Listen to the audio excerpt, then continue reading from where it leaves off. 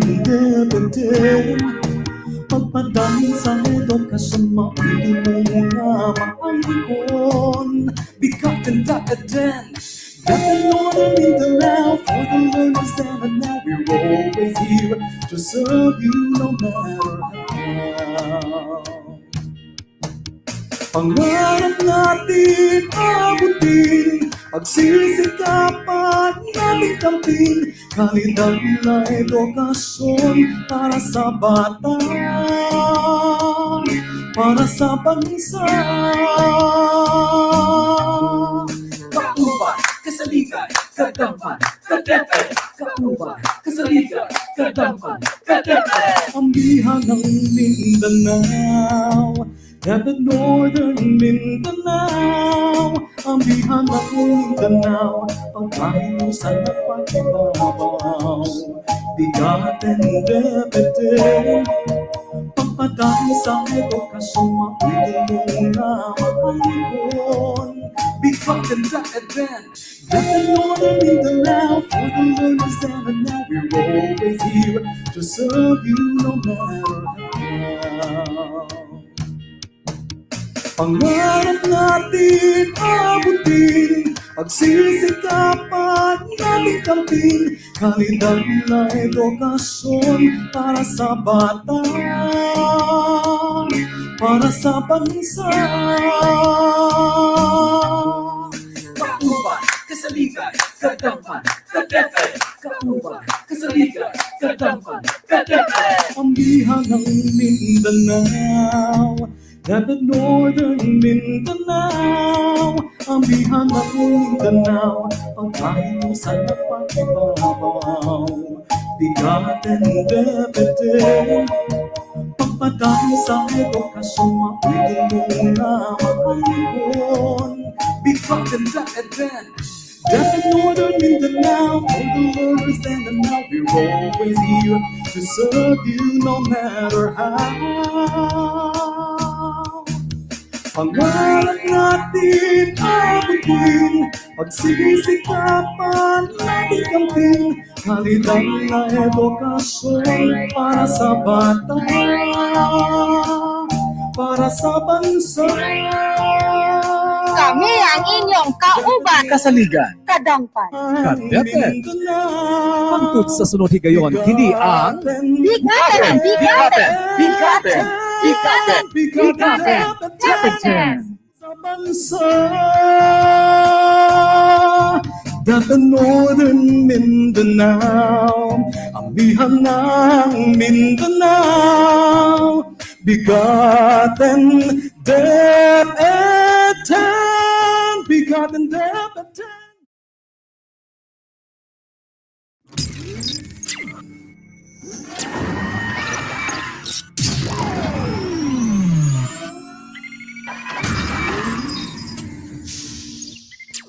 The unseen enemy crept like a thief in the night, smizing cunningly at people in their sleep, and one morning took hostage of humanity by surprise as the coronavirus pandemic continues to spread its ferocious rampage the world over.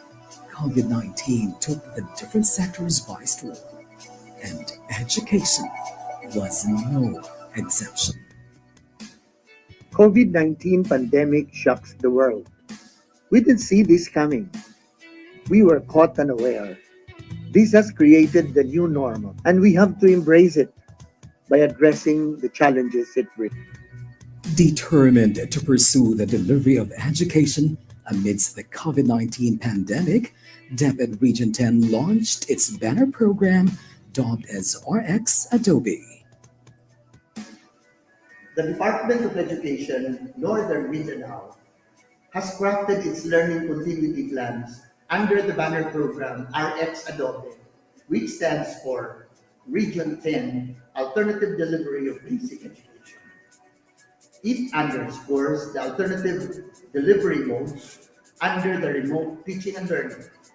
The 14 schools division offices of the region have crafted the learning continuity plans anchored on RX Adobe. Always ready for education emergencies, DepEd Region 10 will continue its tradition of excellence in delivering its services anchored on the department's Sulong Edukalidad program. As we pivot from access to quality, we have to consider a well-developed curriculum, improved learning environment, upskilled teachers, and take into consideration responsive multi-stakeholders cooperation. All these and more are under the program Sulong Edukalidad. But on top of this all, still health and safety are the number one concerns of the Department of Education, especially at this time of pandemic. Serving with heart. Leading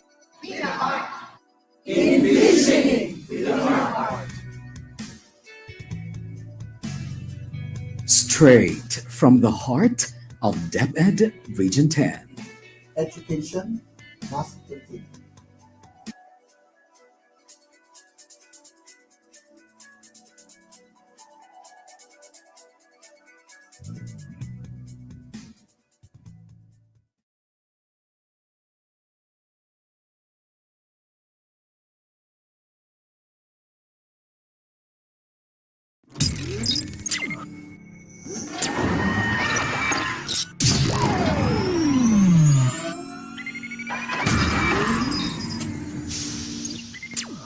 The unseen enemy crept like a thief in the night, smizing cunningly at people in their sleep, and one morning took hostage of humanity by surprise as the coronavirus pandemic continues to spread its ferocious rampage the world over. COVID-19 took the different sectors by storm, and education was no exception. COVID-19 pandemic shocks the world. We didn't see this coming. We were caught unaware. This has created the new normal, and we have to embrace it by addressing the challenges it brings. Determined to pursue the delivery of education amidst the COVID-19 pandemic, DepEd Region 10 launched its banner program dubbed as RX Adobe. The Department of Education, Northern Mindanao, has crafted its learning continuity plans under the banner program RX Adobe, which stands for Region 10 Alternative Delivery of Basic Education. It underscores the alternative delivery modes under the remote teaching and learning.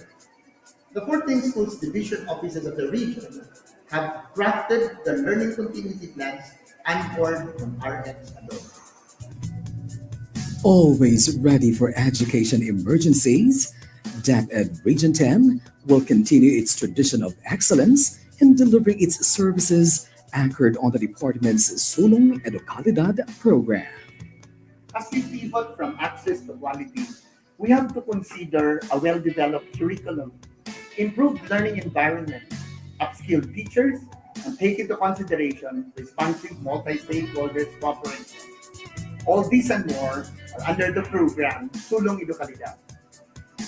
But on top of this all, still health and safety are the number one concerns of the Department of Education, especially at this time of pandemic. Serving with heart. Leading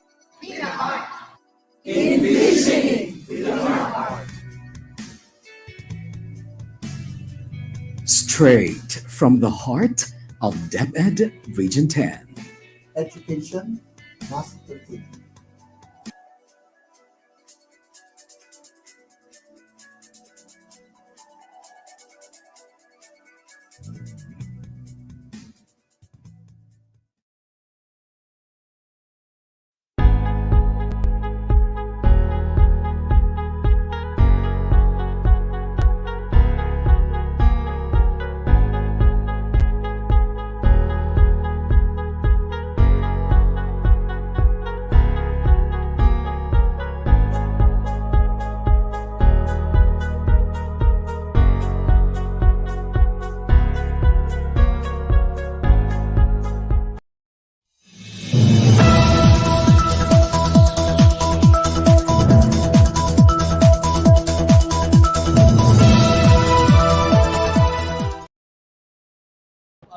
hapong tanan. Ako si Ramon Gonzalez Abrera, aka DepEd Paulo, ang inyong Public Affairs Unit Lead Officer.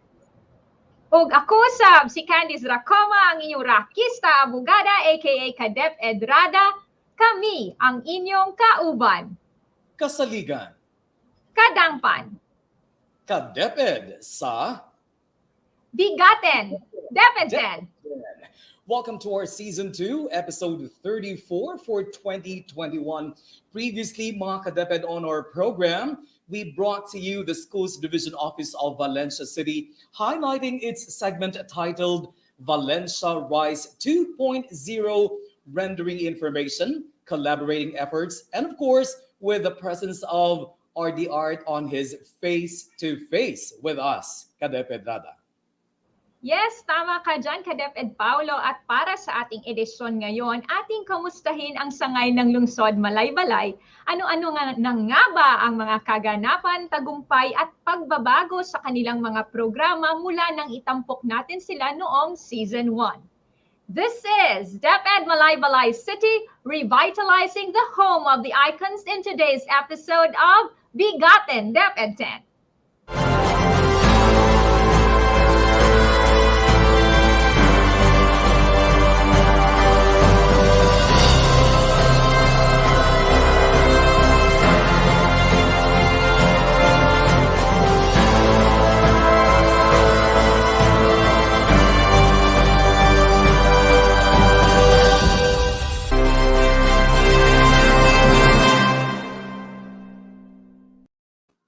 Eto partner na Rada, bago yung ano natin, yung for the win DepEd moment ha. Ano lang ako, humihingi lang ako ng dispensa sa aking mga Radcom family kasi ongoing yung ano namin partner, yung event namin ngayon, hindi ako makakadalo. Anyway, ayan po. Eto partner, from Manila Bulletin Business News, published November 24, 2021 by Bernie Cahiles Magkilat. Ito naman ay tinoward sa atin ni Director June Arvin C. Godoy ng Public Affairs Service ng DepEd Central Office. The Department of Education, DepEd, Pag-ibig, Department of Social Welfare and Development or DSWD, Government Service Insurance System or GSIS, and the Bangko Sentral ng Pilipinas or BSP were the most trusted government agencies, partner. While food, healthcare, and pharmaceuticals, telcos, and water and sanitations were the most trusted business sectors, with the church maintaining its high rating according to the latest Philippine Trust Index PTI, partner. Ang gandang balita niyan.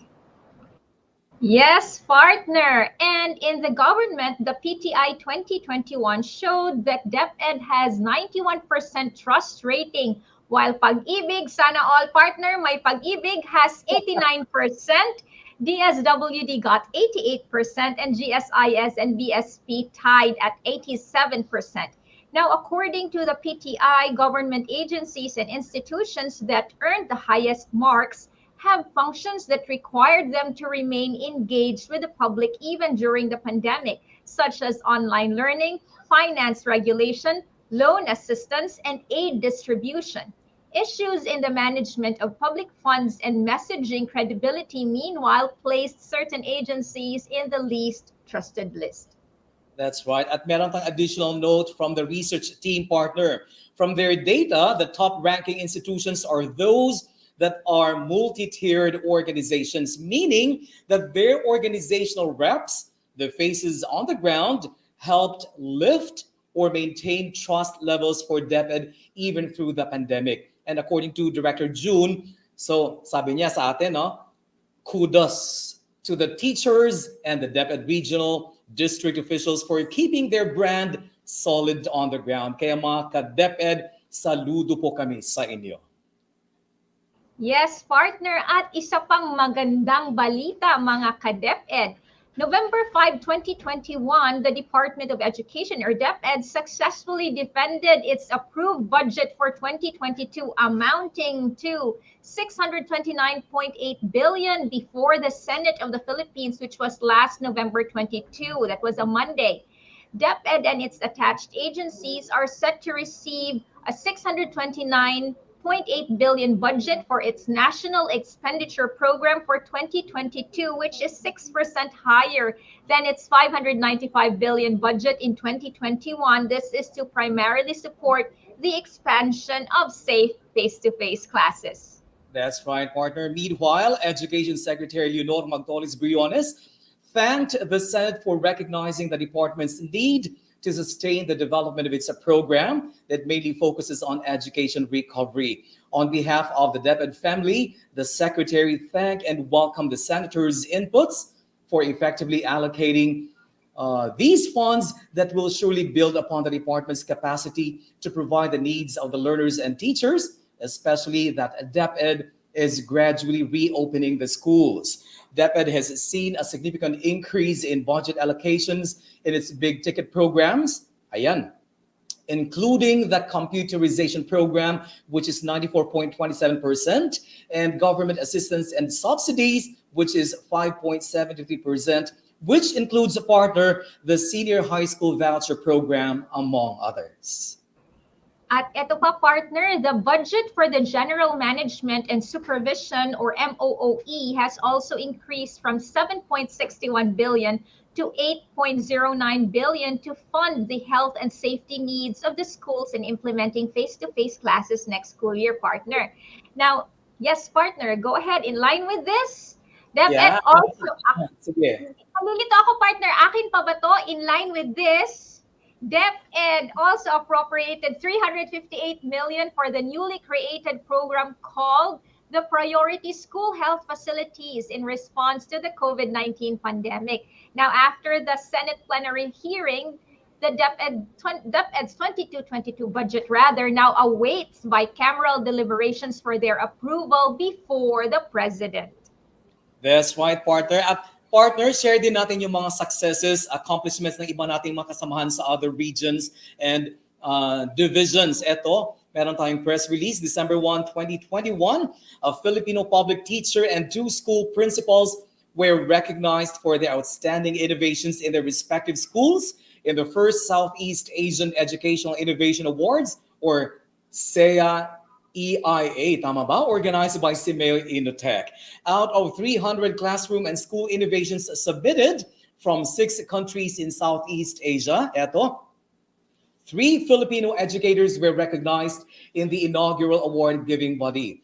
For the teacher category, Ms. Joanna B. Romero, a master teacher, won from Melencio M. Castelo Elementary School in Payatas, Quezon City, developed a digital app for mathematics and the reading video lessons. The offline game, digital application, and video materials helped kindergarten students in mathematics and reading. Siguro, partner, pwede tayong mag-benchmark, paturo tayo kung paano nila ginawa ito.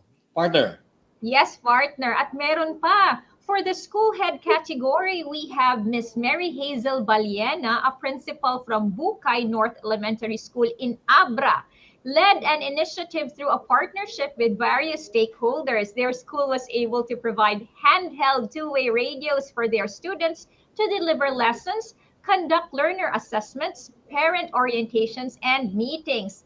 Now, another school head category winner is Mr. Rowan L. Celestra, this time a principal from Buena Vista Elementary School in Sorsogon City, who developed enai.com, which stands for Education for Nanay in the Community, to capacitate mothers in the community and at the same time establish a learning center in every purok, which are zones within the community.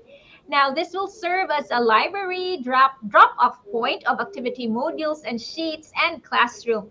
Through the community learning centers and with the assistance of mother-teacher volunteers, learners will be able to continue learning engagingly. Ayan, siyempre, partner, the awardees will receive a trophy of recognition and a travel dissemination grade or grant up to 3,000, wow, 3,000 US dollar each. They will also be invited to present in an Innotech organized educational forum and be featured in the first publication of the Southeast Asian Educational Innovation Digest. According to Education Secretary Leonor Magdolis Briones, innovation has always been the driving force in the education sector, especially in these trying times. May our remarkable educators continue to develop ways to help in the delivery of quality education and to prepare our learners in their foray to a brave new world.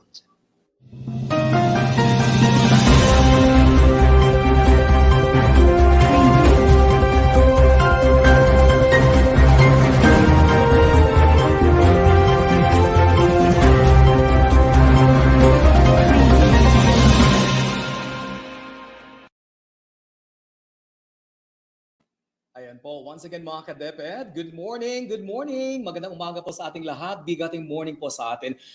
Para sa bahagi ng ating programang Anong Meron Ngayon, makakasama natin ang sangay ng lungsod Malaybalay para sa kanilang pagbabahagi ng kanilang programang pinamagatang DepEd Malaybalay City, Revitalizing the Home of the Icons. We are joined in live today by DepEd Malaybalay, the Home of the Icons, or better yet, as I'm hearing from other sources, the stable, parang bago yung pangalan ha, the stable of the stallions. What can you say about this, Kadepedrada?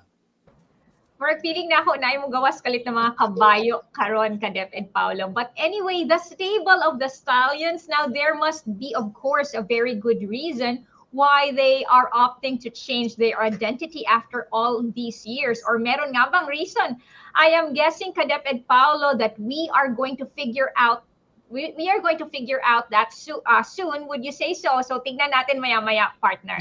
Yes, I believe so, Kadepedrada. After all, why would you want to change something that you have been known for a long time, diba? Or maybe what we have are mere speculations and they are not actually trying to drastically change their identity. Well, let's go and get our answers and call in our first guest for today's episode of DepEd BigaTEN. No other than the brain themselves, the personalities who have propelled DepEd Malaybalay City to soaring heights, the Schools Division Superintendent and the Assistant Schools Division Superintendent in the flesh, SDS Victoria V. Gazo and ASDS Aliana S. Dahay. Yes, good morning and welcome, Ma'am Vicky and Ma'am Aliena. It is a pleasure to have you in today's episode of BigaTEN DepEd 10. Good morning also ka-DepEd Paolo and ka-DepEd Rada. The pleasure is ours. Good morning, ka-DepEd Paolo and ka-DepEd Rada. The pleasure is indeed ours, and I must say, you both look stunning today. Is it because the Christmas spirit is in the air and this cold, chilly vibe is making both of you glow? You know, Paul, I do not know what is it with this Christmas spirit that's making everyone emit this extraordinary vibe. It must have been the 14th month pay po, Kadepedrada, or this cold climate, or that general feeling that Christmas is a celebration of togetherness and families. Speaking of vibes, I love this vibe that you have on the set right now po, ASDS. I love the simplicity of your set, the organization of the files, just that general professional organized office that you have going on. Would you agree with me, Kadepedrada? Yes, partner, agree na agree. You said it right, DepEd Paolo. Iba talaga ang vibe nila ngayon. DepEd Malaybalay, of course, never ceases to amaze me. That is why I always look forward to hosting DepEd Malaybalay because I know they always bring something new and You amazing. know, ka-DepEd Rada and ka-DepEd Paolo, I would like to show you our initial gains to improving quality service. This change is what transpired in our offices as we established the quality management system. We implemented the 7S to achieve the clean, uncluttered, safe, and well-organized office as measures to ensure the best service for our clienteles. As a refresher, 7S means sort, set in order, shine, standardized, and sustain, plus safety and spirit. This is to provide an ideal workplace to our team in the office. We constructed customized cubicles and office tables. We provided lockers, document shelves, and uniform filers for easy access of documents and other materials, and we conducted regular evaluation to make 5S a habit. And so, this is our office's look like now?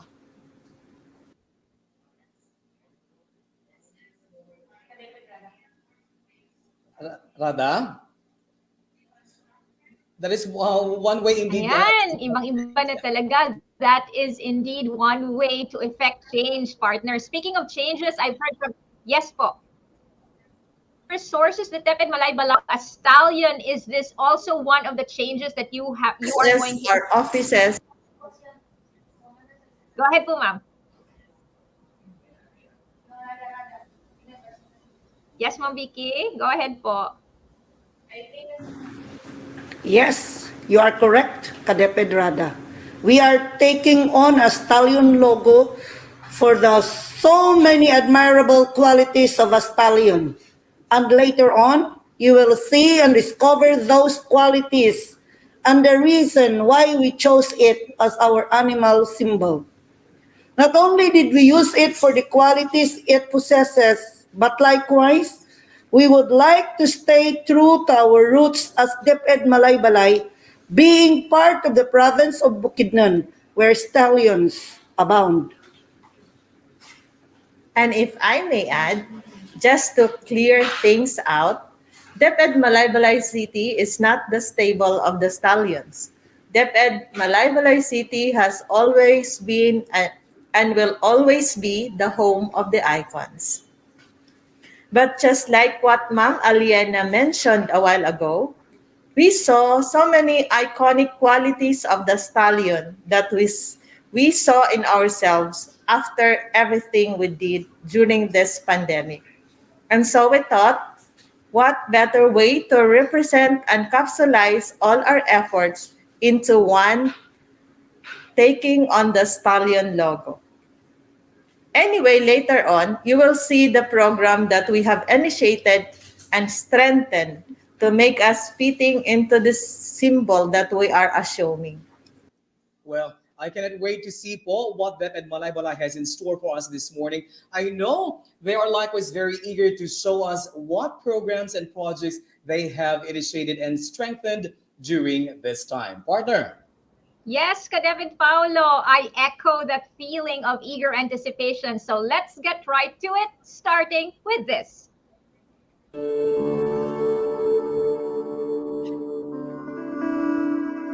Project Sibwal. In the past 16 months, the emergence of COVID-19 pandemic has brought about the national public health emergency, has affected the quality delivery of basic educational services. The fight against the threats of COVID-19 pandemic suffered profound effects and impacts in all sectors that resulted in the widespread of travel restrictions, closure of schools, and global economic recession, to name a few. This goes every governance level in education to calculate its actions in implementing programs, activities, and projects strategically for appropriate interventions, identify workable strategies needed to carefully lay down measures to address the existing problems, ensuring efficiency and effectiveness in responding to the COVID-19 pandemic situation. The Department of Education Division of Malaybalay City leaves no stone unturned in responding to current public health emergency. It stands to continue education and its services that should be delivered. Carrying out this marching order and highlighting sulong edukalidad in its 4 key reform areas that comprise the following. First, K-12 curriculum review and update. Second, improvement of learning environment. Third, teachers upscaling and rescaling. Fourth, engagement of stakeholders for support and collaboration. In Corollary, the schools division is committed to deliver quality basic education effectively and efficiently despite of COVID-19 pandemic as specified in its basic education learning continuity plan. Through the reinvention and recreation of educational strategies, Project Sibwal came to rise as bridge in crossing the current challenges of the new normal. Sibwal is Binokin term which means to rise or appear at dawn. Project Sibwal will be used as flagship program in all activities to be undertaken pertaining to curriculum and instruction, teaching and learning, human resource development, administrative services, and governance that entails the following: simplifying basic education delivery services. It undertakes initiatives done by the schools division to necessitate and sustain best practices for continuous improvement. Programs to be covered: school monitoring and evaluation, research, Office of the Schools Division Superintendent Operations, and support programs and activities done by finance, supply, legal, ICT, and procurement services. Institutionalizing commitment and service among teaching and non-teaching staff in adherence to the quality management system principles. Programs to be covered includes Schools Division Quest for Quality Management Program and Prime HRM in adherence to the Civil Service Commission. Bolstering academic excellence in K-12 curriculum, an improvement in learning environment. This translates the division main mandates of honing and nurturing the child, emphasizing the K-12 curriculum. Program to be covered: all curriculum implementation division programs. Weaving employees' welfare, recognition, and professional development. This shows the promotion of employees' welfare, health and safety, and the provision of due recognition for exemplary performance in line with the employees' key result areas for professional advancement. Programs to be covered includes human resource training and development, personal development, health education, and advocacy. Advancing learners' development. This is the core mandate of teaching profession of boosting the learner's knowledge along with the goal of nurturing the child's whole person involving the mind, the hands, and the heart. Programs to be covered: curriculum implementation division programs, health, sports development, and youth formation. Leading school-based management and governance by engagement of stakeholder support and collaboration for quality education services. It is a way of carrying out excellent school-based management practices in schools, administrative services, governance, and project operations to engage every stakeholders for educating a child needs a collective efforts. Programs to be covered: school-based management, social mobilization, disaster risk reduction management, health and other support programs of the School Governance and Operations Division. The division tagline: Revitalizing Schools, Forging Beyond Standards. This tagline simply means DepEd Malaybalay City revitalize with new life and vitality to its schools to cope up the demands of the ever-changing landscapes of education. Forging the minds of the learners as metal forged by heating it in a fire or furnace and beating or hammering it. Ayun naman pala, Kadeped Rada, I am seeing the reason why they're taking on the stallion logo, and I'm also seeing several parallelisms between the programs that have been initiated and strengthened, and DepEd Malaybalay's willpower to carry out those programs. Ayan, naintindihan na natin, partner. Tama nga naman sila on the logo that they have chosen. Sa dami ba naman ng programa na na-mention doon at the different offices that will be affected and revitalized with those programs, they indeed need the energy and the endurance and the vitality such as the stallion has, partner.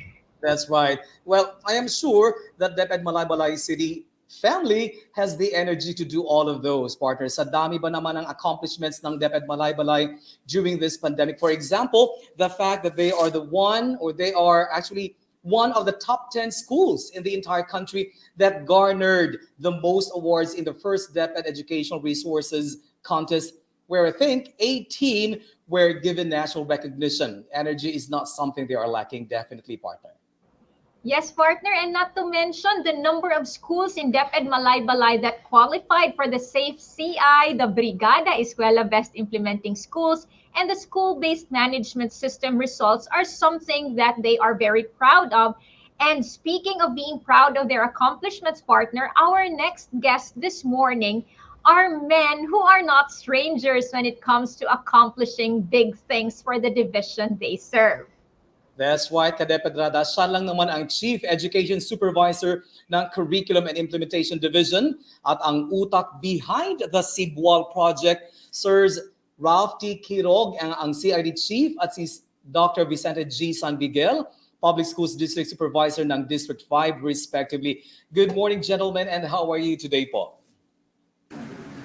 We're doing good, excellent. As a matter of fact, knowing that COVID cases have gone down and hoping that everything will eventually normalize soon. I am doing great by God's grace. He has given me the strength to fulfill my duties in the designation that I am in. I'm very happy being able to help the division effect change in the lives of our clienteles.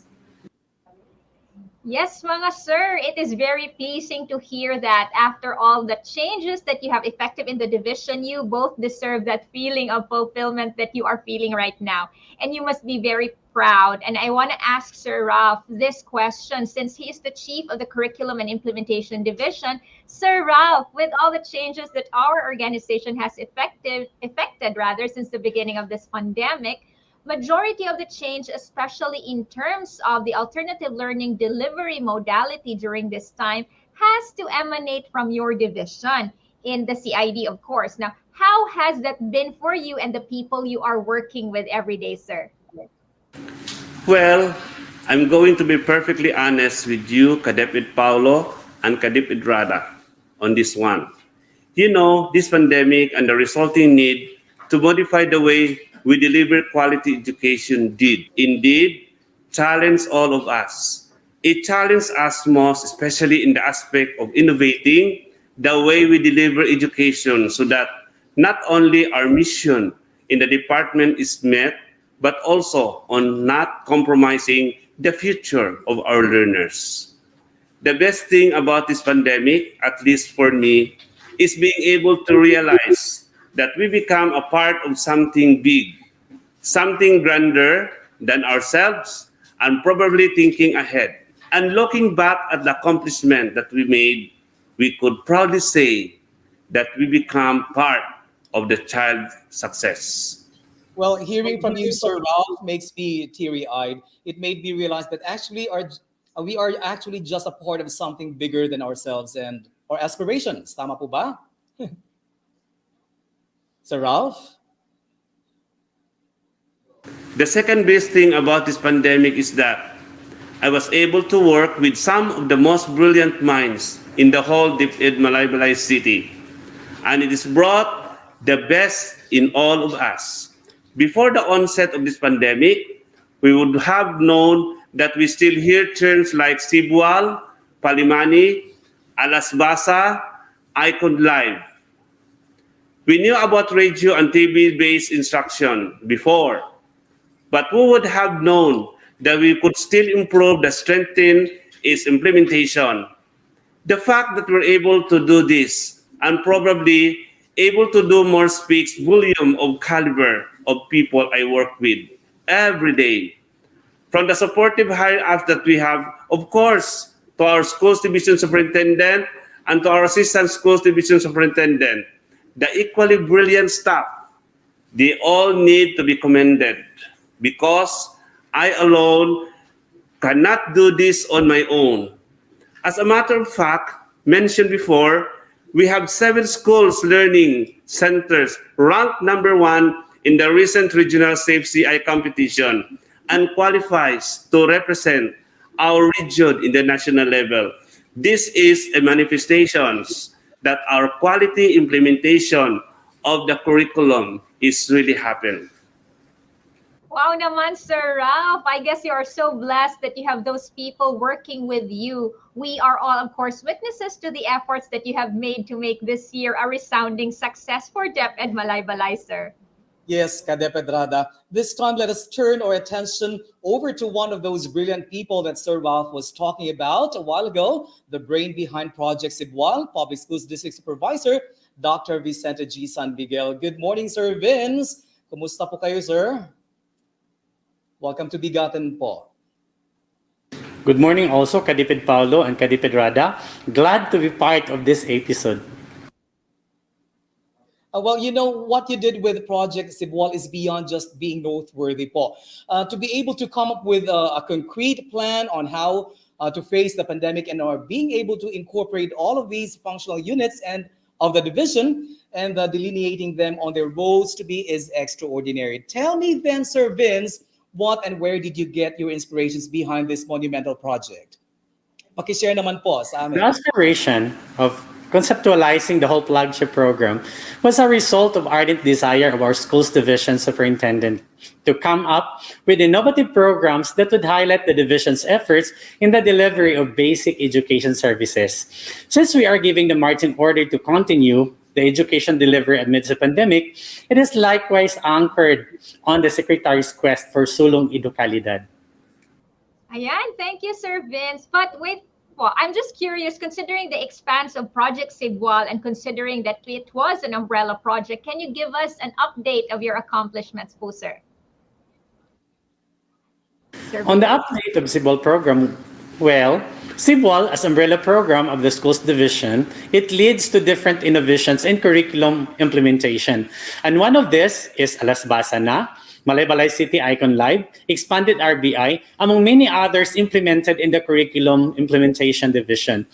It also revitalized the programs implemented in the school governance and operations division implementation. And it is as implemented by the school health section, monitoring, planning, as well as the Icon of Forest program. For the Office of the Schools Division Superintendent, Cebual leads to the creation of various operational programs that promotes efficient services, leading to customer satisfaction while serving the clientele happily. Well, as of this time, Cebual program will continue its innovative approaches as it appears to give hope in the division of Malaybalay City.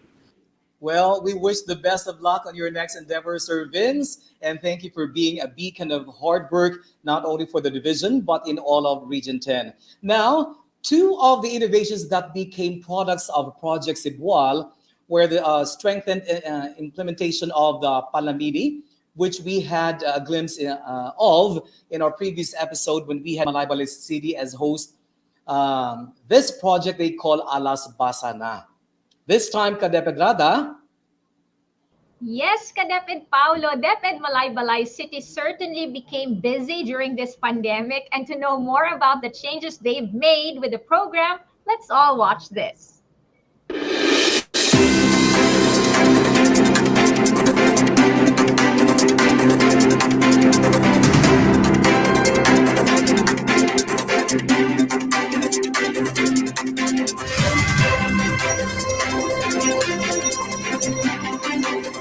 Nagpapatrol mula sa Katuran ng Edukasyon, Lungsod, Malaybalay, Home of the Icons. Tampok ang radio-based instruction para sa BigaTEN Region 10. Ito ang Palimani Patrol. Magandang araw, maayong adlaw, maayad haaldaw. Matapos ang higit isang taon ng pandemya, ano na nga ba ang bagong kaganapan hinggil sa Palimani program ng DepEd Malaybalay? Samahan niyo ako, Richard Casanos, guro nyo sa radyo. Para sa ulo ng mga balita, Palimani patuloy na namamayagpag. RBI mas pinalawig. School on the Air, ramdam ng pamayanan. Antabayanan ang buong balita. Ayoko nang mag-aral, ang hirap-hirap. Wala nang ang face-to-face classes, wala pang guro, wala pang internet. Narinig mo ba ang latest, anak? Alam mo bang may Palimani na sa radyo? Palimani? Ano yan? Ang DepEd Malaybalay ay lumikha ng mga leksyong pang radyo. Gawa ito ng mga guro, kaya alam kong marami kang matututunan dito. Ito ay nilikha upang ang edukasyon ay abot kamay lamang ng mga mag-aaral. Maparadyo, Facebook o USB, may Palimani. Kaya, huwag ka nang umiyak dyan, anak. Mabuti pa, i-on mo na ang radyo. O magdoon kita sa kangina. Palimban.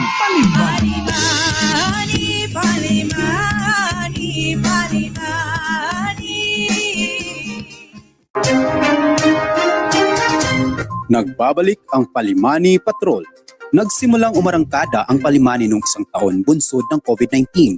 At ngayon nga, pumapahimpapawid pa rin ang naturang programa sa radyo. Narito si Sofia Reyes para sa karagdagang kalaman. Sofia? Tuloy pa rin ang laban para sa dekalidad at abot kamay na edukasyon dala ng radio-based instruction ng DepEd Malaybalay na tinatawag na Palimani. Ibig sabihin, pakinggan. Nagsimulang umere ang Palimani noong Oktubre 9, 2020 sa kasagsagan ng mga pandemya. Biyernes ng bawat linggo ay pinapalabas ang mga aralin sa radyo mula kinder hanggang grade 12. Alas 10 ng umaga hanggang alas 3 ng hapon. Umabot sa 192 episodes ang naiere sa DXDB Radio Bandilyo. Sumailalim sa puspusang pagsasanay ang mga script writers, voice artists at live anchors sa tulong na rin ni Sheila May M. Galudo alias DJ Lola ng Love Radio. Ayon kay Jasmine J. Adriatico, Education Program Supervisor, focal person ng radio-based instruction, ang RBI ng Malaybalay ay isa sa pinakamatagumpay na programang pang-edukasyon sa radyo. Sa katunayan na itampok na ito sa DepEd Philippines at naging gabay ng ibang mga rehiyon at dibisyon sa kanilang sariling radio program. Sofia Reyes para sa Palimani.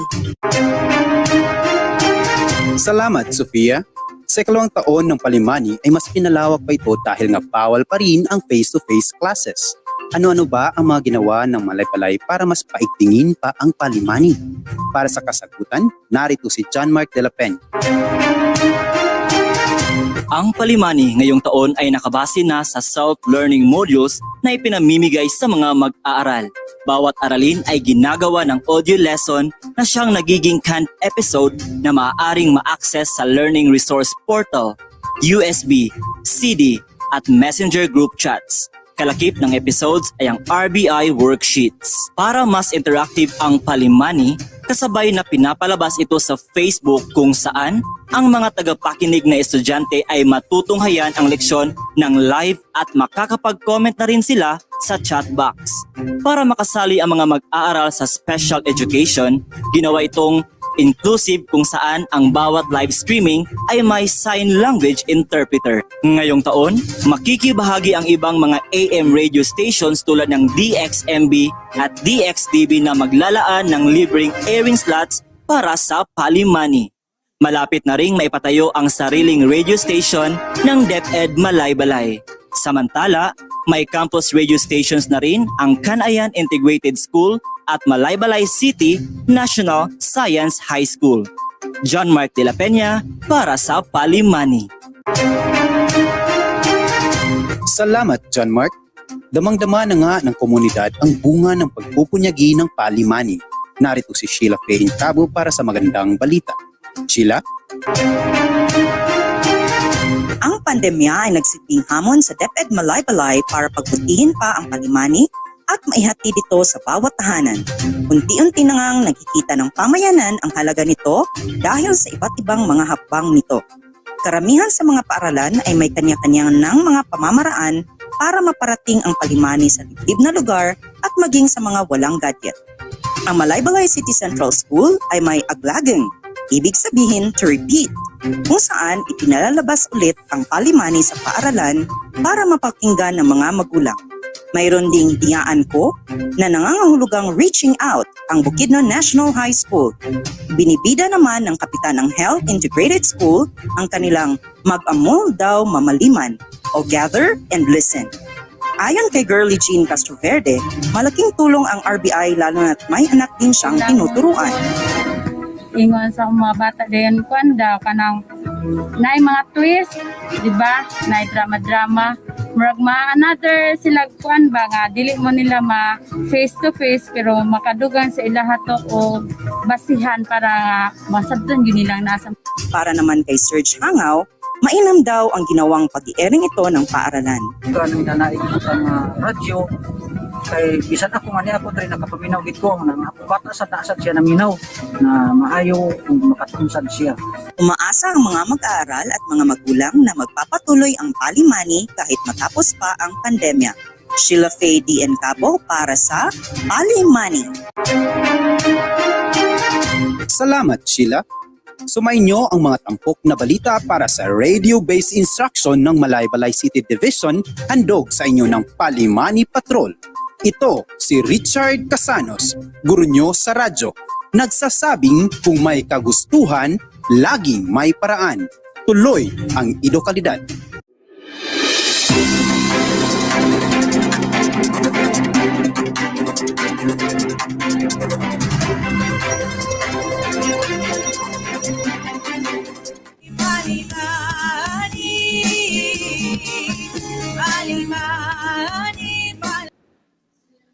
Ayan po, maraming salamat sa mga napakagandang balitang yan. This time, we are joined by our new guest, certainly one of the busiest persons in DepEd Malaybalay. She does not only take charge of the regular airing of Palimani, but also makes sure our ALS learners who have their own challenges are well taken care of academically. She is none other than the Education Program Supervisor for Alternative Learning Systems, Ma'am Jasmine J. Adriatico. Good morning po, Ma'am Jasmine. Good morning din sa inyo, ka-DepEd Paulo and ka-DepEd Rada. Yes po, ma'am. Good morning, Ma'am Jazz. Now, I'm going to throw this question right at you directly. You know, I was actually beyond belief when I learned about the Palimani program during your first hosting.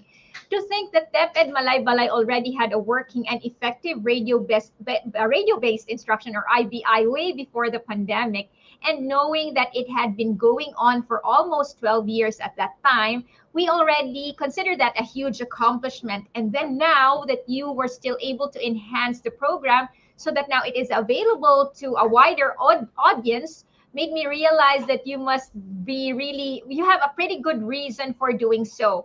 What about you, DepEd Paolo? Do you likewise share my opinions about this?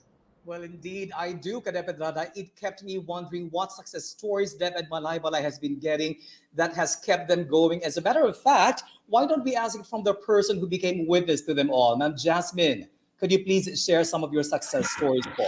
Yeah, with the approaches used by the Palimani program as adapted from the Alternative Learning System radio-based instruction program, which are instruction episodes are developed in a radio production with effective and relevant twists and inclusive in nature. For sure, the Palimani has success stories to tell.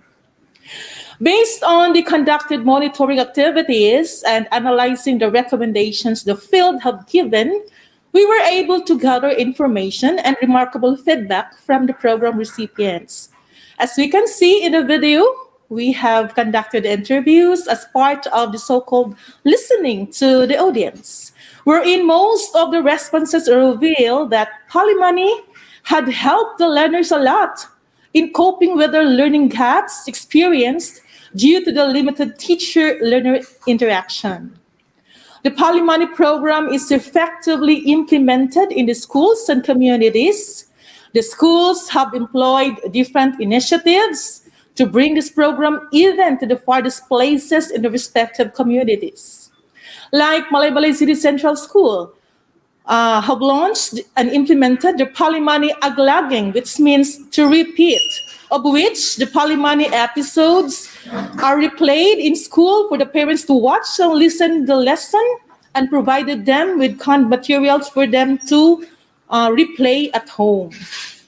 For the Bukidnon National High School, they have initiated the Palimani Dia Anko, which means reaching out, wherein the teachers have visited the homes of the target learners and provide appropriate intervention and materials. In Capitan Angel Integrated School, they have also effectively implemented Palimani Mag-amil daw mamaliman, which means to gather and listen, and more initiatives from the other schools. So during the interviews, the parents said that they are also learning together with their children while listening to the episodes, and that it helped them a lot in assisting and guiding their children answering their modules. Accordingly, they enjoyed the episodes and made them realize that learning is fun. So the engagement to the program is verified and validated through the submitted learners' activity sheets corresponding to every episode they have listened, which form part of the assessment process in schools. With this feedback, the office is trying its best to sustain and enhance more the program to better serve its clientele in the quest of effective and relevant learning continuity. Wow, galing naman po. Wow, it is no wonder that Malaybalay has all the energy doing all these things. May pinagkukunan pa sila ng kakaibang lakas. What do you think, Kadeped Rada? Definitely, Kadeped Paulo. Definitely, Kadeped Paulo. Anyway, I can feel that they are not in it for all the recognitions they are getting, but they're doing this out of sheer commitment and dedication and the determination to make a difference in the lives of our learners. But of course, don't get me wrong, recognitions are good. It what propels us to do something, but it actually means much more if you are being recognized for something that makes a lasting difference. Tama ba, Paolo? Well, most definitely, Kadeped Rada.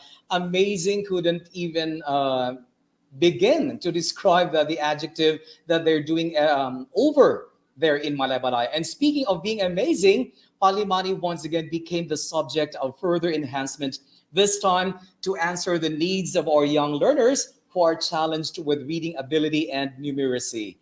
Did you hear about this new program, Kadeped Rada? Yes, Kadeped Paolo, I certainly did. It is a program that helps our kids cope with their reading and comprehension problem, as well as if they are having trouble with numbers. But let us not spoil the fun. Let us watch this brief video clip.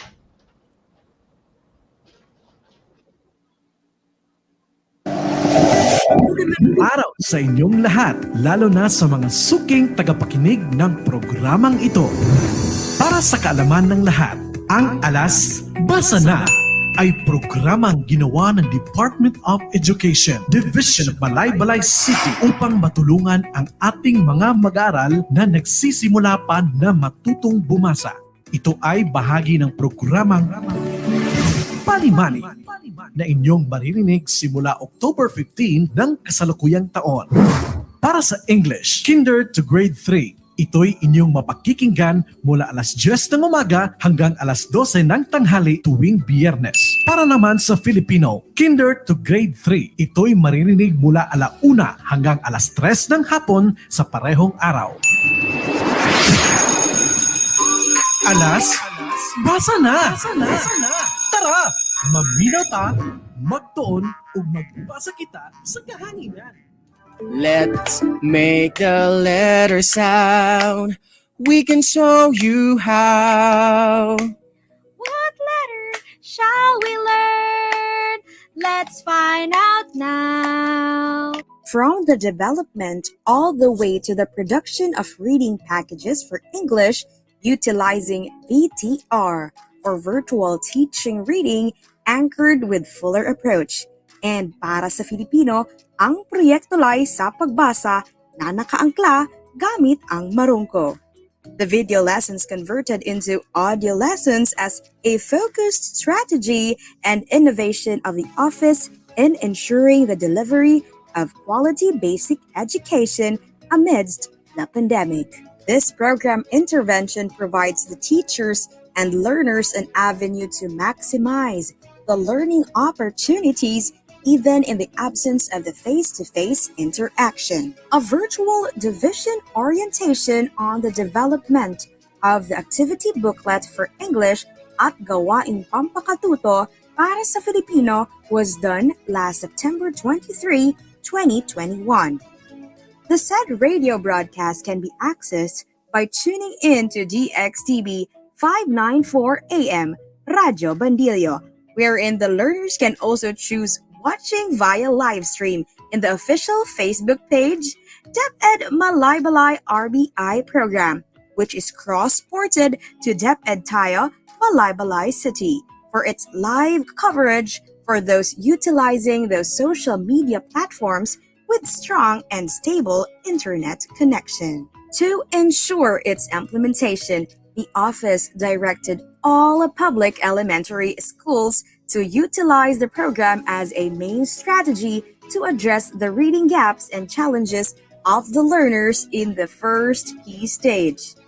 Moreover, for the division level, It follows a procedure mechanism based on ISO. Furthermore, to maximize the instruction, the identified learners with the teachers were provided with the corresponding links to access the activity booklets and gawaing pampakatuto.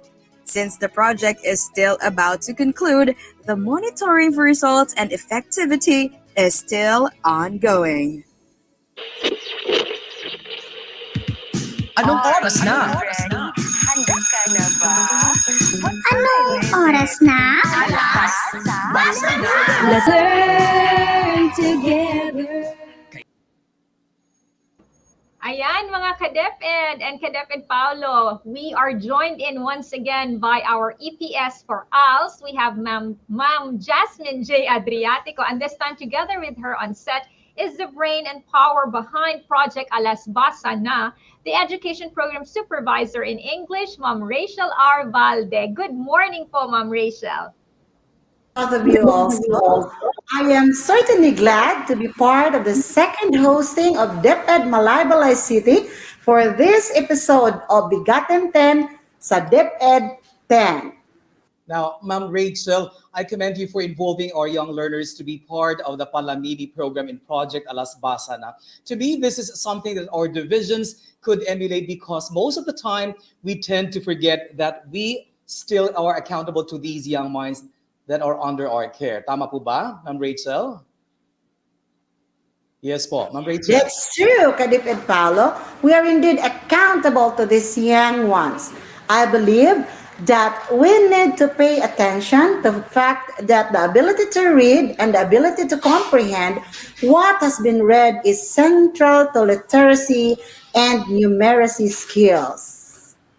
Beyond the stereotypical notions that not being able to read is one of the main causes of poverty and illiteracy, I think we need to bear in mind that it is actually our primal responsibility as educators to make sure that these kids leave our classrooms equipped with the skills necessary that will prepare them for life and, of course, reading proficiency in just one of those skills.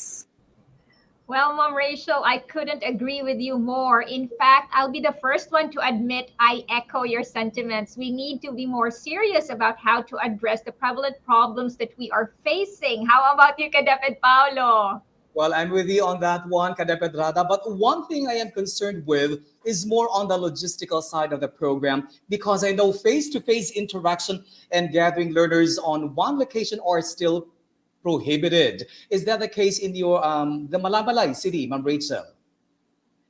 Ganun po ba ang sitwasyon sa inyo dyan? Yes, ka-DepEd Paolo.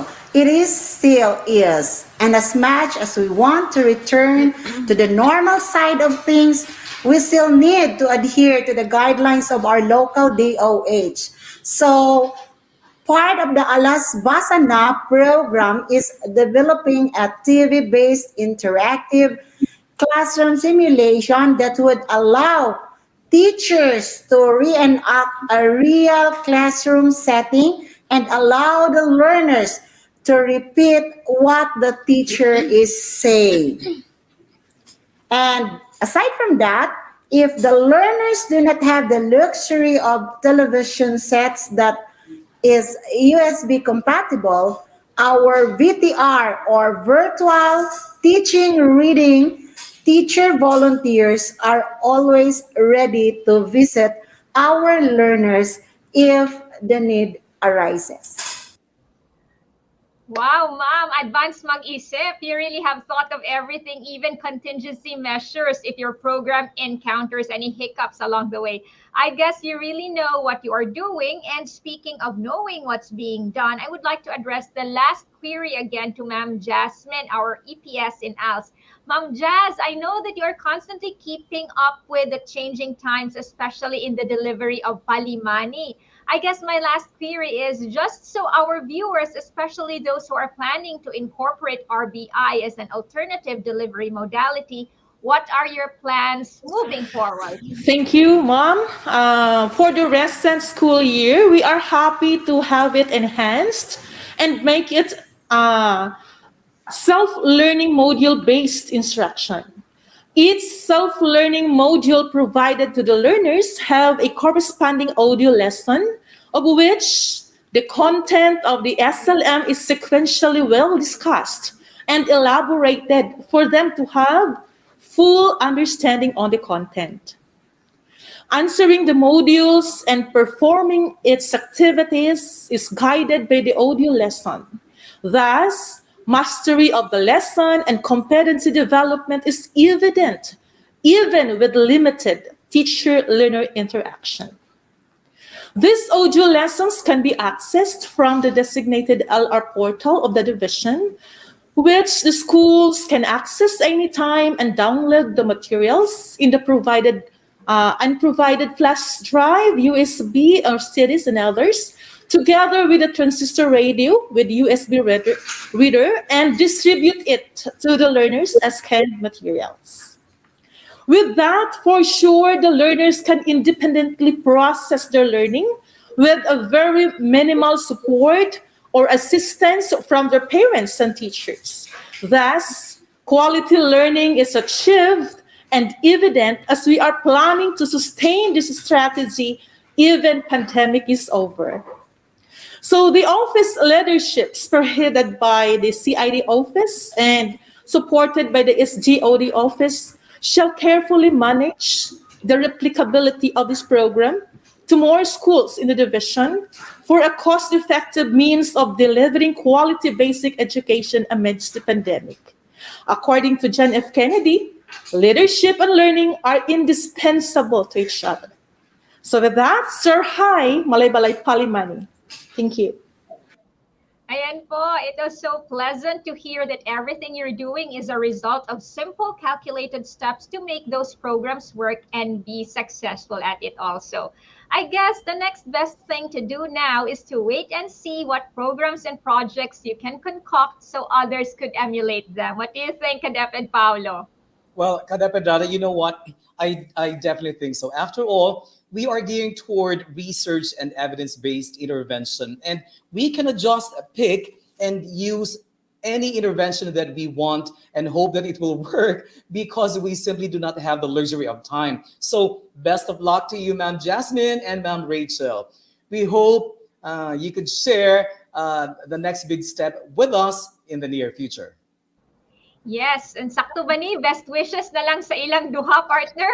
Now, our next guest this morning is a man who is, again, no stranger to evidence-based research and intervention. In fact, he has been through countless presentations sharing the results of his research and taking with him the passion to do research along the way. But first, let us watch his program, what his program is all about.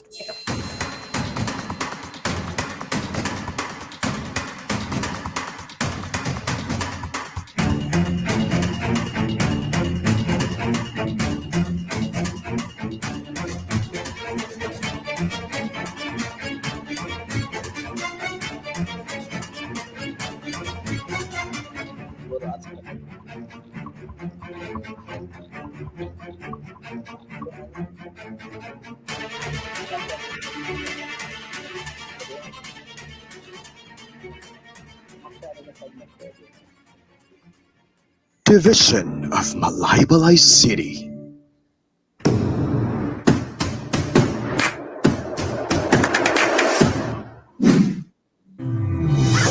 I can teach. I can interact. I can learn. This is the division of Malaybalay City.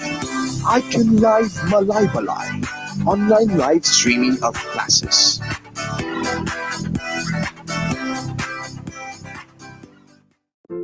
I Can Live Malaybalay is an online learning delivery initiative of the Division of Malaybalay City that utilizes online learning platforms such as Facebook and Google Meet or Zoom meetings in delivering the lessons to the learners in real time. It uses online live streaming employing OBS or Open Broadcaster software, a free and open source software for video recording and live streaming. This program aims to Deliver instructions to the learners directly at the scheduled time via online live streaming of classes and offers flexible learning hours after the live streaming. Allow learners to connect, interact, and address their learning issues and concerns in real time through chats and comments, and enable learners to concretize their learning progress in distance education. Icon Live Malaybalay underwent pre-implementation phase, and post-implementation phase. Icon Live pre-implementation guidelines. All districts were assigned to grade level and subjects to be live streamed during the Icon Live sessions. Each district created their Icon Live teams. 3 technical directors composed of OBS director, media resource manager, and platform host. They are in charge in navigating the Icon Live streaming of the lessons. There were also Icon Live teachers responsible in the delivery of lessons in an online setting. Each district identified their school laboratories with sufficient internet resources within the district. And the division also created 12 Facebook groups for the 12 grade levels. Moreover, the assigned Icon Live teachers prepared a production script to guide the Icon Live teacher in the delivery of the lesson. The learning resources such as the TVBI and audio lessons were reviewed by the Icon Live teachers, basis for their lesson guides and scripts. And the division, districts, schools created and disseminated e-guides for OBS. Schedules, timelines of live streaming were created to organize the Icon Live sessions. Icon Live Malaybalay Implementation Guidelines. Icon Live teachers were given 1 hour or less to deliver their lessons and address issues and concerns raised by the learner viewers in the comment section. 30 seconds intro and extro are streamed before the Icon Live sessions begin and end. The structure of the lessons of the Icon Live teachers abide to the standards set under DO 42 series of 2016, the policy guidelines on daily lesson preparation for the K-12 basic education program for their production script. The division conducted pilot implementation of Icon Live Malaybalay, and districts created their promotional videos, blogs, and replay posters. Icon Live Malaybalay Post-Implementation Guidelines. Monitoring and evaluation on the implementation of the Icon Live sessions shall be conducted quarterly. Post-evaluation and/or pilot program implementation review were conducted by the Division of Malaybalay City.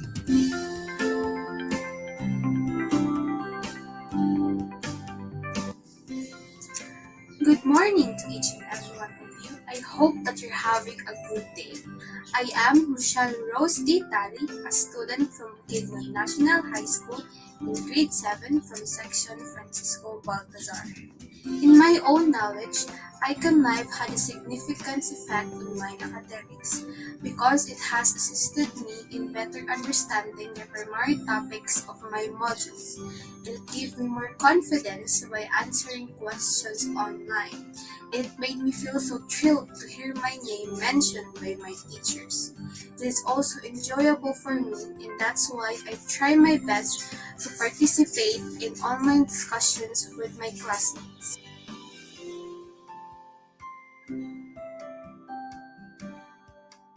Division of Malaybalay City.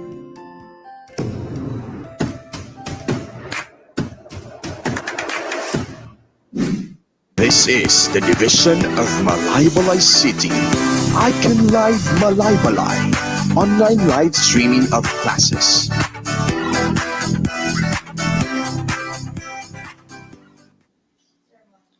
Ayan po mga ka-DepEd, this time we are joined once again by SDS Victoria V. Gazo and the newly appointed Education Program Supervisor in Technology and Livelihood Education, one of the brilliant young minds not only of DepEd Malaybalay but probably DepEd Region 10 and Program Implementer of Project Icon Live, Sir Dindo M. Gabales. Good day, Ma'am Vicky, once again, and Sir Dindo. Good day once again to both of you. Good day, everyone. Ayan po. Certainly, Kadep and Paolo, I've been wanting to ask this question to our host SDS, Ma'am Vicky. DepEd Malaybalay has been soaring this past couple of years, thanks in part, not only in part, but thanks to you for your empowering leadership. And we've been seeing innovation after innovation being implemented in your division. And now this Project Icon Live. Tell us what You know live. what, Kadeped Rada? First of all, DepEd Malaybalay was blessed with people who has the desire to serve and make a difference. I am only an instrument by which their brilliant ideas came into fruition. When I arrived, radio-based instruction was already fully operational. All I did was sat down with the program and look to further enhance it. And out of that meeting came Palimani, which was an enhanced RBI expanded to formal education. And again, out of Palimani came Project Alas Basana and the subsequent launching of virtual teaching reading. Secondly, we want to exhaust all possible means to reach as many learners as possible. So out of our desire to do that, since we already have an established radio-based instruction, we thought of launching a virtual classroom simulation using the most available social networking platform. Thus, Project Icon Live was born. So to sum up, it's not just the brilliance of one person. It is the collective effort of everyone in this division that allowed us to reach greater heights, Kadep Edrada and Kadep Ed Paulo.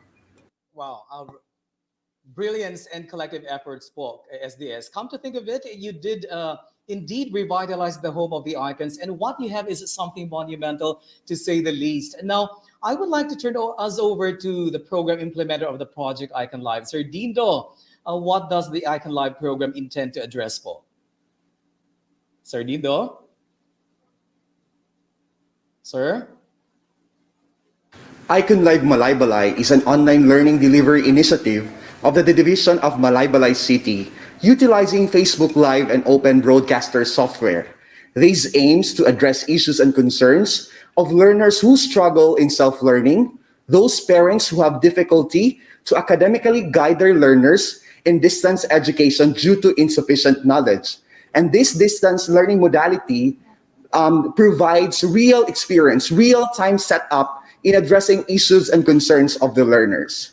These programs delivers instructions to the learners directly at a scheduled time with online live streaming of classes, and offers flexible learning modality or flexible learning hours after the live streaming. It also allows learners to connect, interact, and address their learning issues and concerns in real time through chats and comments. And moreover, it enables learners to concretize their learning progress in distance education.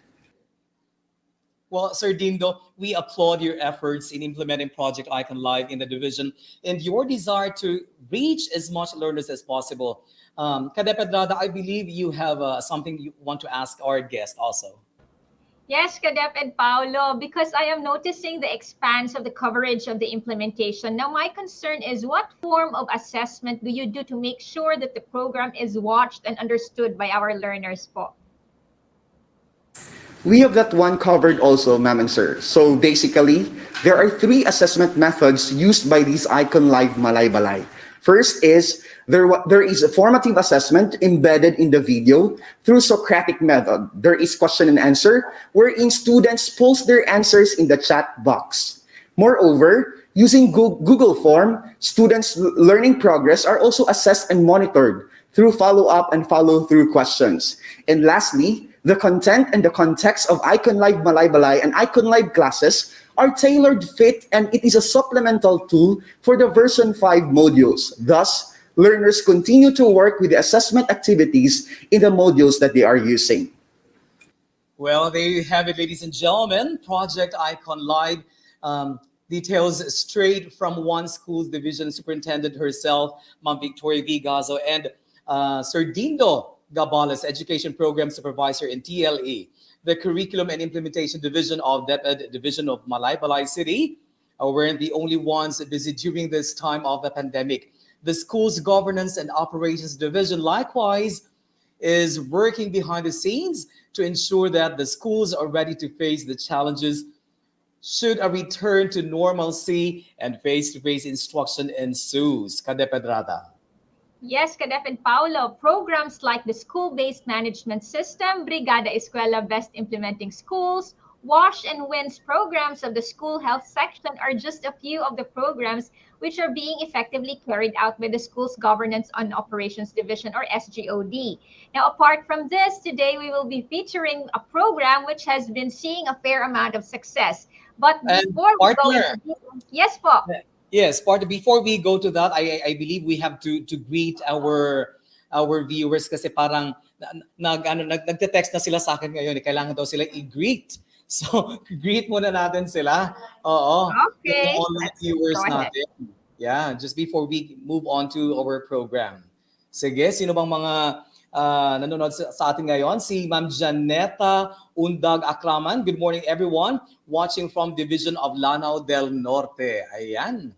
From Mercedita Barrete Antonio. Good morning, fellow educators. Watching live from Malaybalay City Central School, Division of Malaybalay City. Thumbs up, Region 10. Thank you. Ayan po. From Sir Louis. Good morning, everyone. Kudos to all us teachers watching from the Division of Cagayan de Oro City. Ayan. At mula naman po kay Jasmine Adriatico. Hello, ma'am. Good morning. Watching from DepEd Malaybalay City Division, of course. And we have from Glyceria, tama ba? Gentalian Casino. Good morning. Watching from Patrocinio Elementary School, Claveria West District Division of Misamis Oriental. Partner. Yes, we also say good morning again to Mercedita Barrete Antonio. Soar High, DepEd. And we have Jessie Jean Sumalino. Good morning, watching from Dapulan Elementary School. Then we also say hi to, of course, Ma'am Grace Abrera Galarpe. Good morning, Tuesday, everyone. Greetings from Baltimore City. And we have Maryland Gabales Tando. Go, go, go, the stable of the stallions. And we also say good morning to Don Virgilio Di Gracia Jr. Good morning, watching from Malaubang Integrated School Division of Ozamis City. Partner? Akala ko partner si ARD na yon. Anyway, meron ayan, from, naku, hindi ko mabasa yung pangalan. Anyway, nandiyan naman, watching from Calabay Integrated School, El Salvador City. Naku, hindi ko mabasa yung pangalan. Pasensya na po. Leonila Plazos, watching from Luyungan High School, Nasuli, Bangkod, Malaybalay City Division. Ayan. From Jasmine Adriatico Ole, more power to DepEd Malaybalay City Division. Thank you, ma'am. And from Almiran, ako naman, ang ganda ng pangalan. Morning from SDO Ozamis. And from Mercy Tan Estocado. Good morning, Malaybalay City Division watching. Partner. Yes, meron pa. We have Merlisa Algebares Ravina. Good morning, watching from St. Peter Elementary School. And then we also say hi to Arlie Suan Leonsho. Good morning, watching from Langasihan Elementary School. And I also say hi to Jasmine J. Adriatico. Wow, so proud of Malaybalay City RBI Palimani team. O nga. And then we have Chuchi Valdez. Good morning, watching from Natid Asan Elementary School. And we also say hi to Maria Ira. Good morning, watching from Macopa Integrated School, SDO Misamis Oriental. And meron pa ba? Arlie Suan Leonsho. Fly high, Malaybalay. Ayan, so partner, tuloy na natin yung video natin tungkol sa Icon of Forest. Eto na yon, panoorin natin po mga ka-DepEd.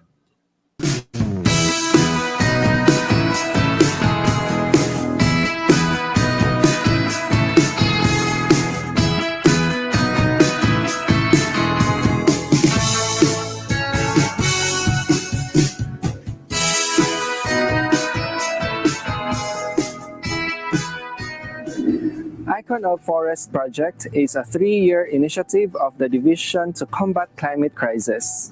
It is an initiative to provide a venue for learners to discover and learn more about the trees. Icon of Forest started as a concept paper for Division Arbor Day, but our visionary leaders, Schools Division Superintendent Victoria Vigazo and Assistant Schools Division Superintendent Aliena S. Dahay, wanted more than that. They envisioned instructional tree park in every school where learners can visit and have hands-on experience with the different kinds of trees. The implementation of the project was not easy, especially that we started it during the peak of the pandemic. We initially conducted focus group discussions to school heads of schools with more than 3-hectare land area, which are considered as idle or not used.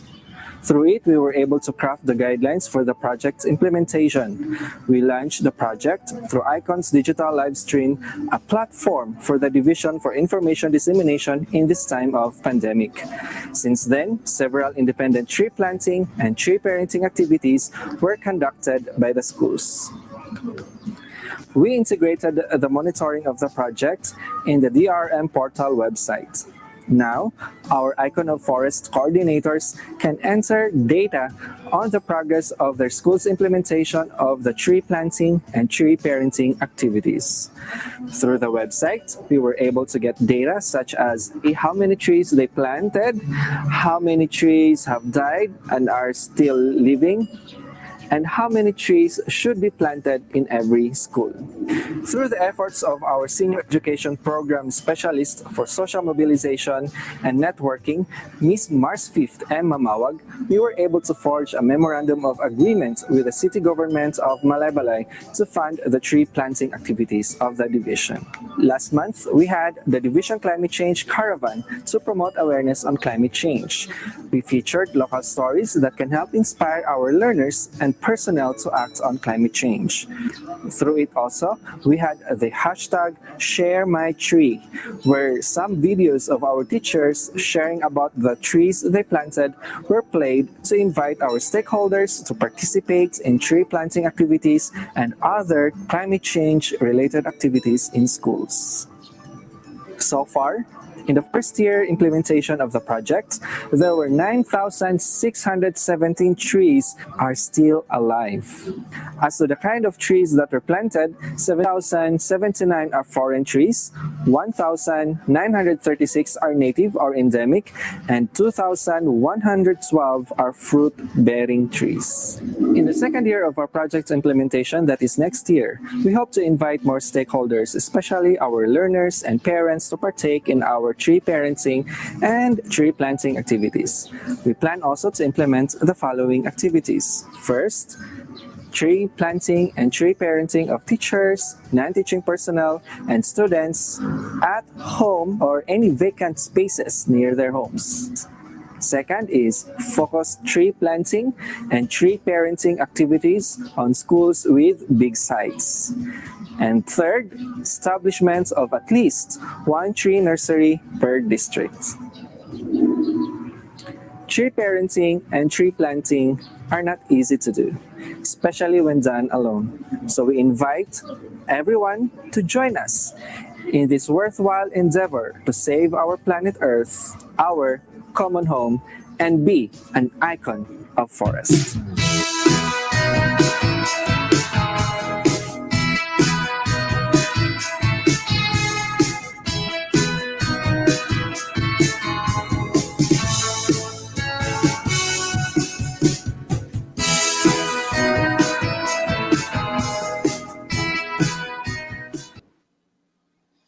Ayan po mga ka-DepEd, at this time we are joined in by the Chief Education Supervisor in the Schools Governance and Operations Division, Sir Lorenzo O. Capacio, an equally busy figure in DepEd Malaybalay, carrying also the mandates assigned to him, and of course, Disaster Risk Reduction Management Coordinator of DepEd Malaybalay, Sir Jim Dandy S. Lucine. Yes, good morning, Sir Lawrence and Sir Jim. I'm so glad you could join us this morning po. Good morning likewise to both of you. Yes, good morning also to our brilliant hosts, as well as the viewers of BigaTEN.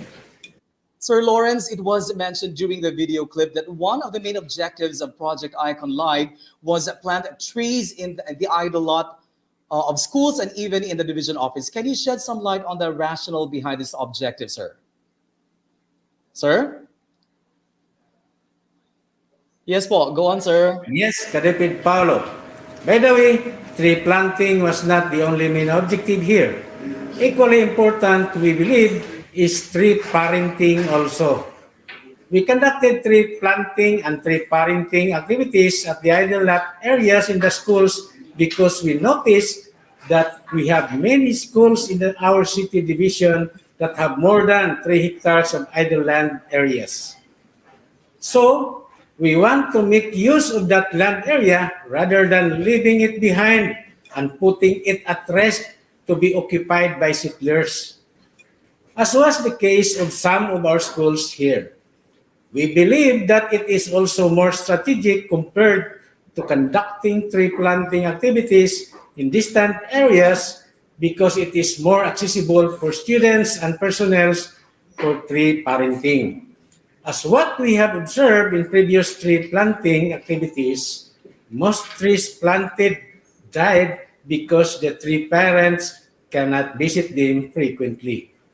Well, that is indeed a good strategy, Sir Lawrence. You know, I believe we can pattern our efforts with what DepEd Malaybalay is doing right now because we also have schools in Region 10 that share similar problems. Don't you agree with me, Kadeped Rada? You are absolutely right, partner. So then we don't have to face the same problems like the ones they did. However, I'm sure given the success of the program, they also encountered challenges before. Isn't that so, Sir Jim? So tell us, what was the biggest challenge that you have encountered as a program implementer, sir? Sir? Yes, that's right, Attorney Rada. No, just like any other projects, no, we also encounter several setbacks. First of all, yeah, it's because of the pandemic. You know, if there is no pandemic, there could be more participants. There could be more trees that could be planted. But we have to deal with it, no, because it's with us. No, the pandemic is ongoing.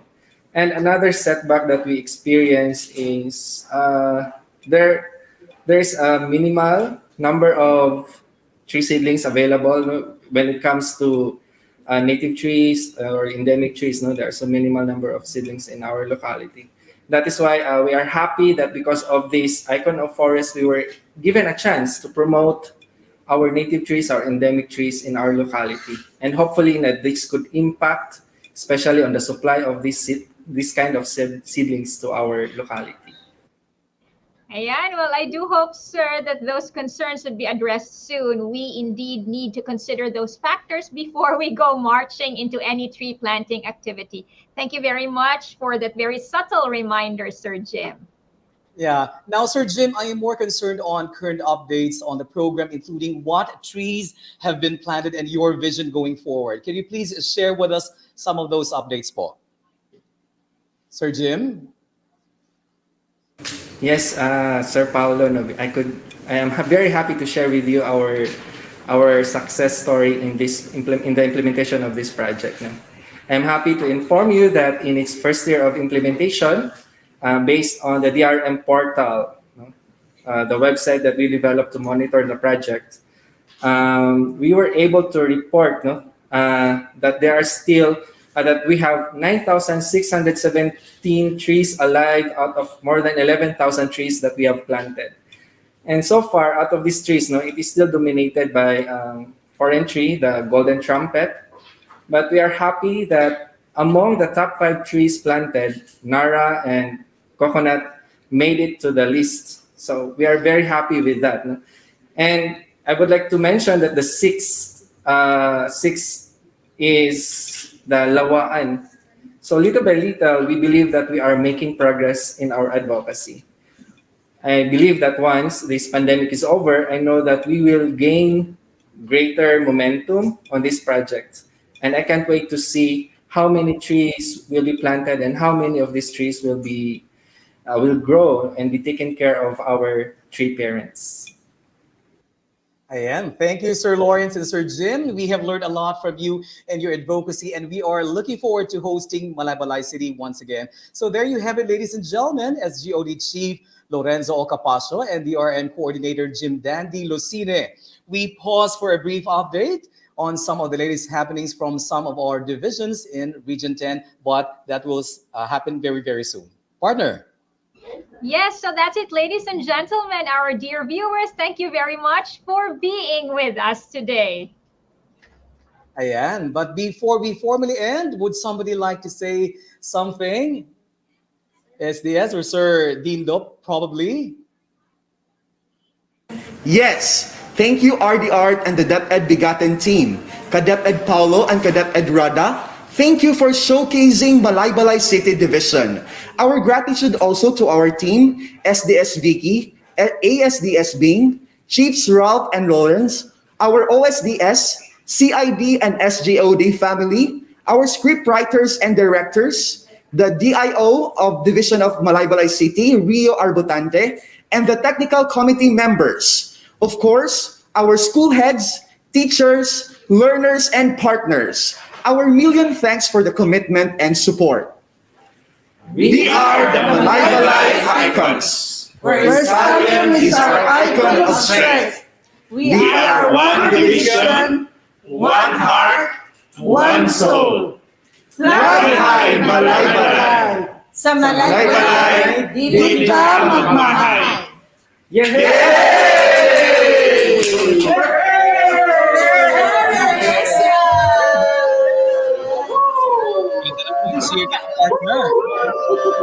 Yes, partner. Ganahan tayo. Partner sa Malaybalay.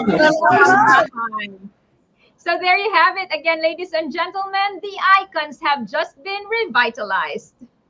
Ayan. So, shout out muna tayo, partner, just before we move on to our next part of our program. And we're actually on our way to finishing the program. So, shout out muna tayo sa mga viewers. Ayan po, sina from Rod Vincent. Good morning, everyone. Baliwaga National High School, DepEd Misamis Oriental, Balingasag South. Hello po, sir. From Jude Alas, good morning, everyone. Watching from Bukidnon National High School. Hello po. At from Celine Jones, watching from SDO Ozamis City. Hi and good morning, everyone. Maraming salamat po. From Ralph Kirog. Hello, sir. Sa Malaybalay, dili gid ka magmahay. Dili gid magmahay, sir, for guesting in today's show. Thank you, sir. And from Sir Dindo Gabales. Hello, sir. Greetings, Aliana S. Dahay Division of Malaybalay City. Hello, sir. And the ASDS. Ayan, from Irene S. Pascua Anasario. Tama ba? Good morning, everyone. Watching from Binalbagan Elementary School Division of Malaybalay City. Partner.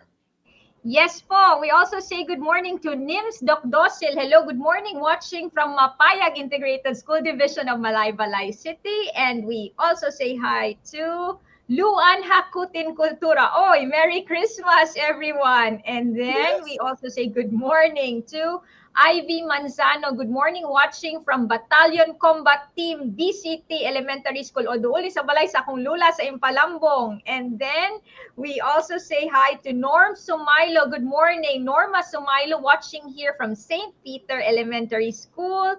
And then we have Nancy Aguinaldo Camanong Linsang de Quito, watching from DepEd Malaybalay SHS. Mary Bustillo Pujas, SGOD Family, Breast and Proud Kapamilya tayo, DepEd tayo, Malaybalay City Icons. Partner, gihangak ko, ikaw sunod. Ayan. So, patuloy na tayo, partner. Para sa ating...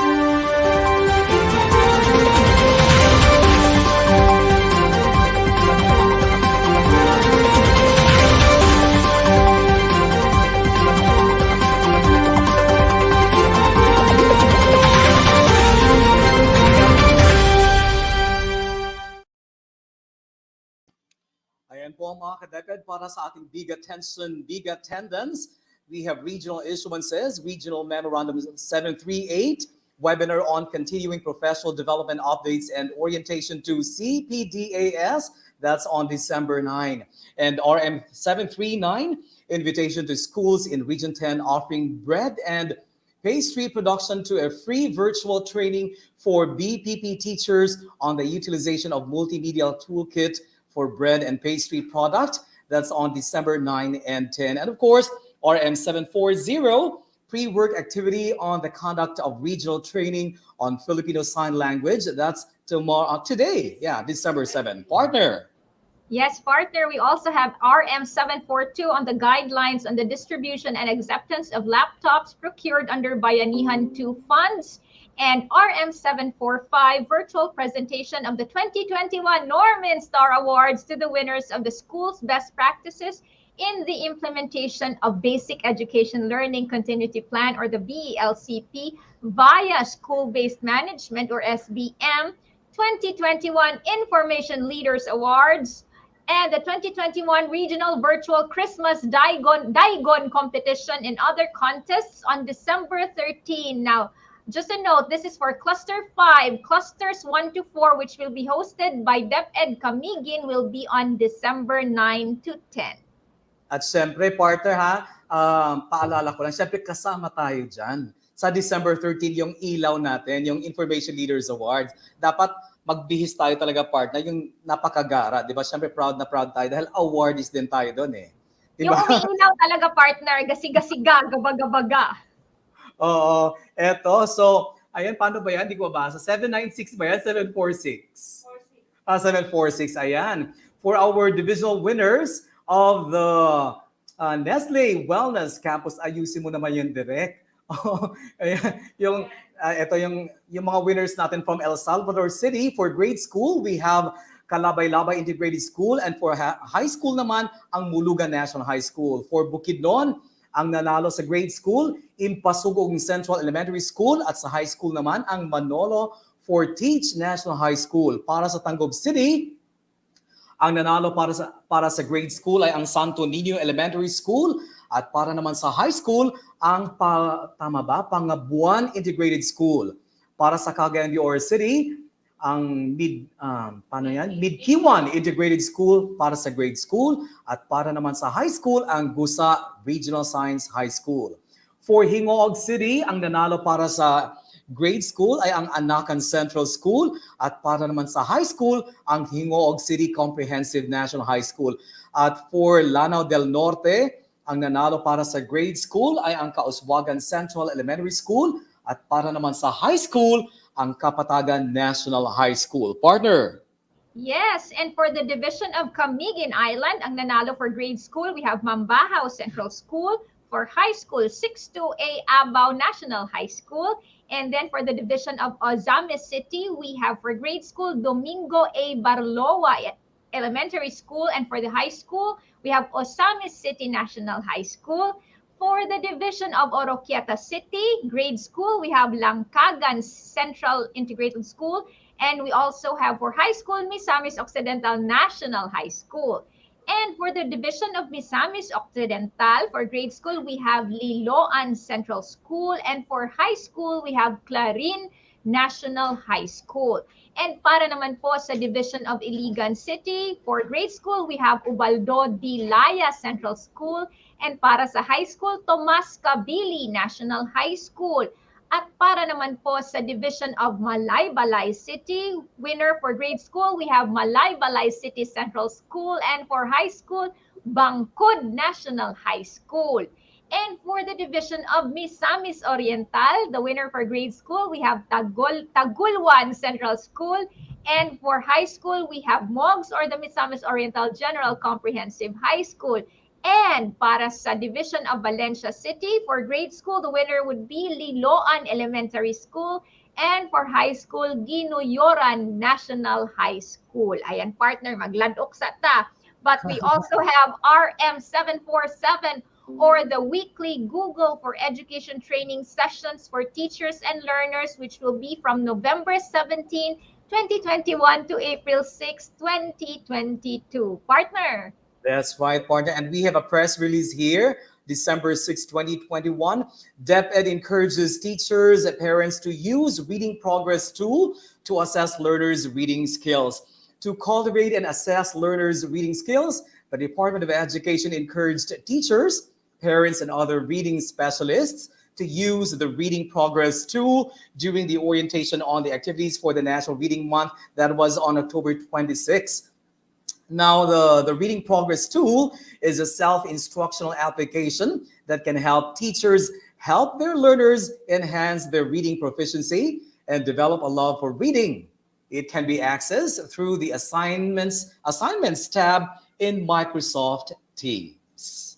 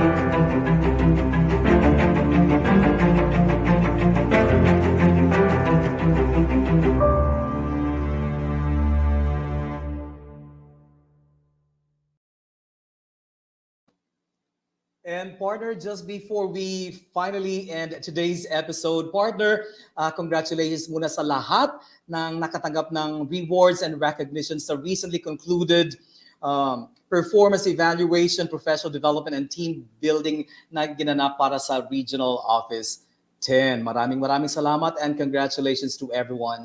And finally, we say thank you to the following for making every episode of BigaTEN DepEd 10 possible. Of course, ating napaka-aktibo at multi-awarded Regional Director, Dr. Arturo B. Bayoco at CESA 3, ang ating napakabait na Assistant Regional Director, Dr. Victor G. De Gracia Jr., CESA 5. We would also like to thank our feature division. For today, we have headed by SDS Victoria V. Gaso, CESA 5, ASDS Aliena S. Dahay, CESE, CID Chief Ralph T. Kirog, SGOD Chief Lorenzo O. Capasio. Siyempre, kasama sina EPS Dido M. Gabales, EPS Jasmine Adriatico, EPS Rachel R. Valde, PSDS Vicente G. San Miguel, DRM Coordinator Jim Dandy S. Lucine, of course, ang aking counterpart, the Divisional Information Officer Sir Rio Arbotante, at ang buong Team Malaybalay City. Maraming salamat po. Yes, and of course, we would like to thank our very own BigaTEN DepEd Creative Force. We have our Director Ralph Simon L. Mabulay, Direct Fatima E. Villaremo, and Direct Clifford B. Liponhay. Siyempre, kasama ang suporta ng ating staff from the Office of Regional Director, Ma'am Juvie Estrella, at saka si Ma'am Annabel Baculio. And we would also like to thank Sir Elson Hamero and Team Camigin for the BigaTEN DepEd 10 jingle. Also, thank you once again to Sir Nick Pañares for his generosity in helping us facilitate our account for the use of the StreamYard platform. At siyempre, ang DepEd Regional Office 10 family, the 14 schools division offices, all our DepEd 10 schools, and huwag natin kalilimutan ang ating mga stakeholders. At salamat din sa lahat ng ating mga ka-DepEd, sa lahat ng nanunood sa atin ngayon. And of course, Paulo, thank you to our learners, the heart of DepEd Region 10. Maraming salamat po. At partner, bago ko makalimutan, Merry Christmas gift to all of us. Naunhan ko. Una-una naman good na. Anyway, kita-kits sa sunod simana para sa lain na usap na edisyon sa BigaTEN DepEd 10, kauban ang Division of Himoog City sa Disyembre 14. Let's make BigaTEN DepEd 10 or TuesTEN habit. Ug din hinatapos ang atong ika-34 nga edisyon sa BigaTEN DepEd 10 Season 2. Ako si Ramon Gonzalez Abrera, aka ka-DepEd Paulo, ang inyong Public Affairs Unit Lead Officer. Padayon kita sa pagbantay sa atong mga kaugalingon, sa atong mga pamilya ug komunidad, batok sa COVID-19 ug uban pang mga pagsulay. Ug ako sab si Candice Racoma, ang inyong rakista abogada aka KadepEd Rada, usab nagaingon taliwala sa mga hagit sa pagpadayon sa edukasyon ni ining panahon sa pandemya, mas palambuon ta ang atong mga programa ug mas ligunon ta ang atong pagtinabingay ug mas hinigpiton ta ang atong mga positibo nga panlantaw para sa atong mga magtutungha ug para sa atong nasod. Sa gihapon, kami ang inyong kauban. Kasaligan. Kadangpan. Siyempre, ka-DepEd. Hangtod sa sunod higayon, kini ang BigaTEN. DepEd. Para sa bansa. Once again, thank you very much. DepEd Malaybalay City. Mindanao, BigaTEN,